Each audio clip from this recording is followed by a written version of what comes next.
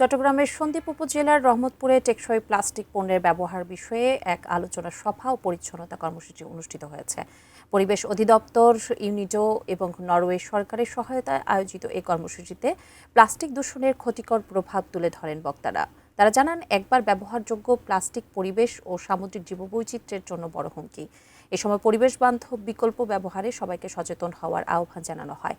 পরে অনুষ্ঠিত পরিচ্ছন্নতা অভিযানে অংশগ্রহণকারীরা উপকূলীয় এলাকা থেকে প্রায় ৬০৩ কেজি প্লাস্টিক বর্জ্য সংগ্রহ করেন। সংশ্লিষ্টরা বলছেন, জনসচেতনতা বাড়াতে এ ধরনের কার্যক্রম ভবিষ্যতে অব্যাহত থাকবে। সেমিনারে স্থানীয় প্রশাসনের প্রতিনিধিরা, শিক্ষার্থী, শিক্ষক, ব্যবসায়ী, স্বেচ্ছাসেবী পরিবেশ বিষয়ক সংগঠন, BD clean, red crescent society এবং সাধারণ জনগণ অংশ নেন।